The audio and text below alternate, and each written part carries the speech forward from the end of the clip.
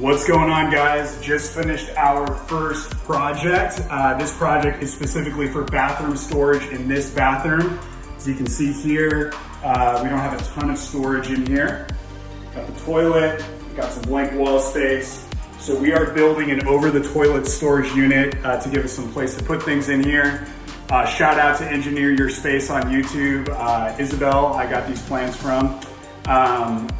This is made of pine 1x2s that you could easily pick up at Home Depot or Lowe's. Our cut list is pretty basic. We want 4 6-foot long pieces, 8 4-foot long pieces, 5 22-inch, 8 7-inch, and 2 6-inch. And then you can pick up a 1/2-inch piece of plywood. 2x4 feet should do it. We're gonna build our shelves with that. So let's go to the store, pick up the materials, start cutting, and we will start assembling.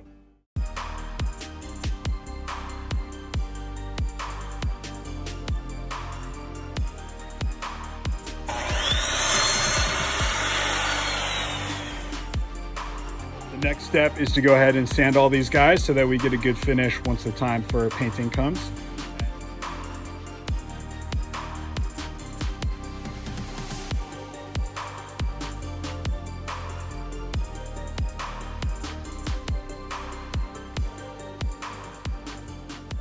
So we're going to start assembling this first piece here. This over-the-toilet storage unit is going to be sitting on 4 of these guys, okay? These are 6 feet wide or tall pine 1x2s. This setup, another 2 on the side, and then shelves are going to go in between. So first we need to build this frame. So we've almost fully assembled our frames. This is where our shelves are going to land here. Working on the other side, we still have to attach a couple of these guys here. We're going to put on our last 2 cross beams here. Part of the shelf is this piece. There's a piece of plywood and then this piece in the front. So we want to make sure that we leave enough room so that the front of this is flush with the frame. And that's exactly what we're trying to accomplish here as well. I've marked my lines here so I know, how to level this guy, but then I need to know this way how far back I need to go. So I'll use this to set this up and make sure that this guy is flush. So I'm gonna need to drill some pilot holes in here, and the reason for that is if I were to come straight in with the screws, it would actually split the wood. So we need to drill some pilot holes to make sure that nothing splits and we're good to go.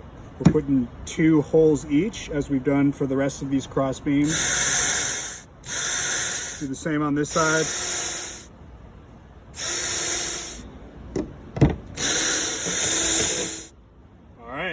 Legit. So we're gonna fill our frame with these pine 1x2s, just like the other one. So I'm gonna put this guy in, and they should just fit in like a puzzle piece. If it doesn't fit, if it's too tight, you just kind of sand this guy down a little bit. But see that?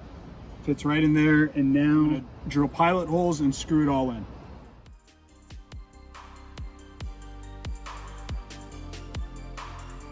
This is right here is a track that comes with the boracentipede. And I'm gonna lay this down and lock it in so that I can take my circular saw and cut down from my shelf on the markings that I made. Now I'm gonna lock this track in place.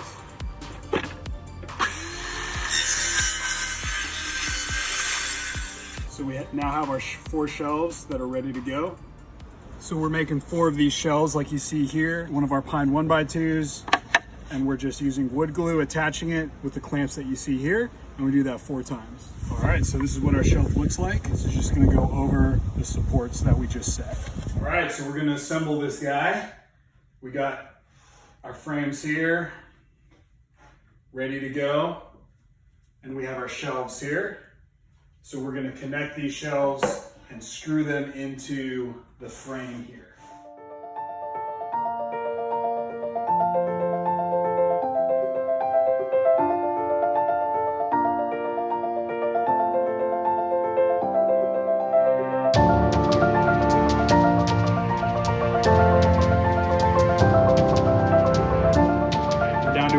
Final steps here. You'll notice that these shelves are, made of 2 pieces, right? So we have the pine 1x2 here, and we've glued that to this, I believe, 1/2 inch plywood that you see here.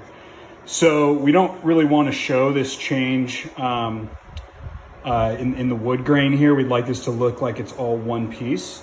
So the way that we're going to accomplish that is by wood edging, which is this. This is 2-inch wide wood edging. Basically, it's a very thin, piece of wood with glue on the backing.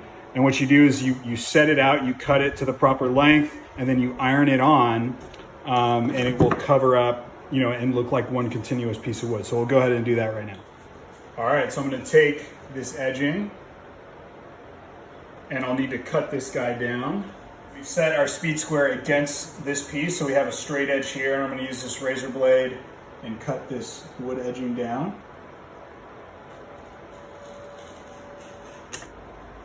I'm going to take my iron and iron this edging on.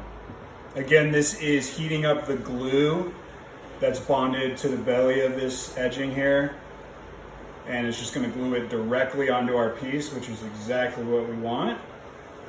It's going to glue it in nice and flat. Looking good. Now it really looks like, one piece here, and we're going to stain this eventually. So because the wood edging is actual wood, it's going to pick up the stain the same way our other wood is. All of our wood edging has been added on here. Really excited with how it turned out.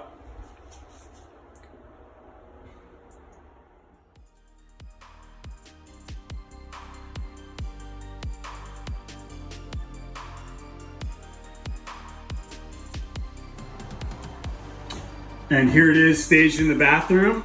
This guy has been stained with just a polyurethane coat.